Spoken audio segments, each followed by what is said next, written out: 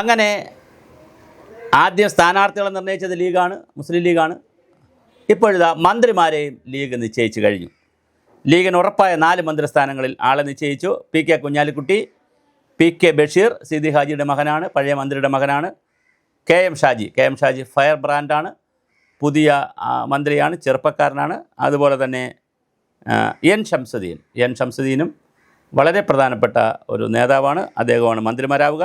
5ാമത്തെ മന്ത്രിസ്ഥാനം ലഭിക്കുകയാണെങ്കിൽ കാസർഗോഡ് നിന്നുള്ള MKM അഷറഫിന് നൽകിയായിരിക്കും. KM ഷാജി വേങ്ങരയിൽ നിന്നാണ് KM ഷാജി ജയിച്ചതെങ്കിലും കോഴിക്കോട് പ്രാതിനിധ്യം എന്ന നിലയിലാണ് മന്ത്രിസ്ഥാനത്തേക്ക് പരിഗണിച്ചത്. ഷംസുദ്ദീൻ പാലക്കാട് ജില്ലയുടെ പ്രതിനിധിയാണ്. ഒരു മന്ത്രിസ്ഥാനം കൂടി ലഭിച്ചില്ലെങ്കിൽ speaker, deputy speaker, chief whip ഇതിലേതെങ്കിലും ഒരു സ്ഥാനം ലഭിക്കും.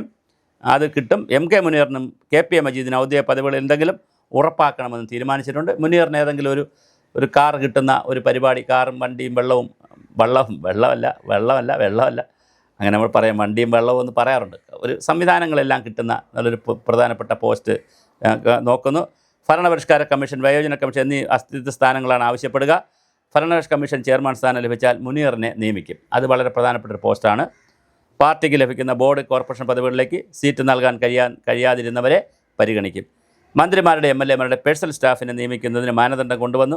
സ്വന്തം ഇഷ്ടാനുസരിച്ച് സ്റ്റാഫിനെ നിയമിക്കാൻ പാടില്ല. ബന്ധുക്കളെ നിയമിക്കുന്നത് പൂർണ്ണമായും വിലക്കി. സ്റ്റാഫ്, ബോർഡ്, കോർപ്പറേഷൻ പദവികളിലേക്കും നിയമനം പരിശോധിക്കുന്നതിന് ഒരു ഉപസമിതി രൂപീകരിച്ചു.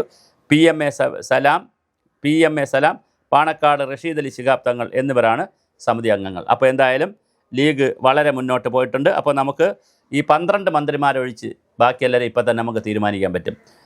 അപ്പോൾ ഒന്ന് Kunhalikutty, PK Basheer, KM Shaji, M Shamsuddin, ഇവിടെ നിന്ന് 4 പേരായി. കേരള കോൺഗ്രസിൽ നിന്ന് മോൻസ് ജോസഫാണ് ഫസ്റ്റ് പേര്. മോൻസ് ജോസഫ് കഴിഞ്ഞാൽ പിന്നെ അബു ജോൺ ജോസഫുണ്ട്, തോമസ് ഉണ്ണിയാടനുണ്ട്. നേരെ വന്നു കഴിഞ്ഞാൽ പിന്നെ വരുന്നത് CMPയിൽ നിന്ന് CP ജോൺ മന്ത്രിയാകും. RSPയിൽ നിന്ന് ഷിബു ബേബി ജോൺ മന്ത്രിയാകും. പിന്നെ RMBIയിൽ നിന്ന് KK രമ വരാൻ സാധ്യതയുള്ളൊരു മന്ത്രിയാണ്. അനൂപ് ജേക്കബ് എന്ന് പറയുന്ന പിറവത്ത് ജയിച്ച കേരള കോൺഗ്രസ് ജേക്കബ് ഗ്രൂപ്പിൻ്റെ അനൂപ് ജേക്കബും മന്ത്രിയാകാനുള്ള സാധ്യതയുണ്ട്. അപ്പം ആൾമോസ്റ്റ് ആയല്ലോ. പിന്നെ മിക്കവാറും എല്ലാ ഘടകകക്ഷികളുമായി League, Kerala Congress, CMB, RSP, RMBI മിക്കവാറും എല്ലാവരും ആയിട്ടുണ്ട്. അപ്പോൾ പിന്നെ കോൺഗ്രസിൽ നിന്നുള്ളതാണ്. കോൺഗ്രസിൻ്റെത് അറിയാൻ കഴിയില്ല. 2 ദിവസം കഴിയുമ്പോൾ 2 ദിവസം കൂടി എടുക്കും കോൺഗ്രസിൻ്റെ മന്ത്രിമാർ ആറ് എന്നറിയാൻ. എന്നാൽ പോലും തിരുവഞ്ചൂർ രാധാകൃഷ്ണൻ, K മുരളീധരൻ, AP അനിൽകുമാർ എന്നിവർക്ക് വലിയ സാധ്യതയുണ്ട്.